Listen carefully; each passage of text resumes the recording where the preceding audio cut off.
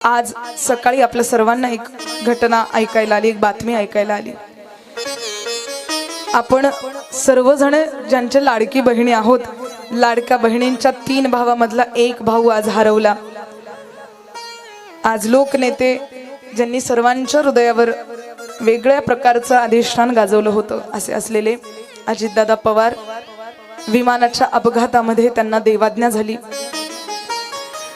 फार वक्तृत्व सुद्धा असं बेझिजक होतं, अगदी कणखर, अगदी स्पष्ट वक्ता सुखी भव असं असलेलं त्यांचं वक्तृत्व होतं। बोलून मोकळं व्हायचं।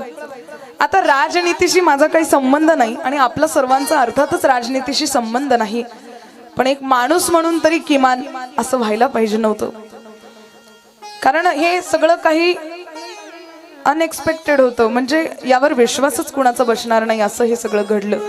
कुणाला वाटलंच नसेल की असंही कधीतरी काही होईल। वय सुद्धा नव्हतं काही जास्त। अचानक ते विमानाचा अपघात व्हावा आणि त्यांना देवाज्ञा व्हावी। फार आज संपूर्ण महाराष्ट्र या शोकामध्ये खरं तर डुंबून गेलेला आहे। राजनीतीशी ज्यांचा संबंध नाही त्यांना सुद्धा आज वाईट वाटतंय। विरोधी पक्षातल्या सुद्धा लोकांच्या डोळ्यात पाणी यावं असं त्यांचं व्यक्तिमत्व होतं।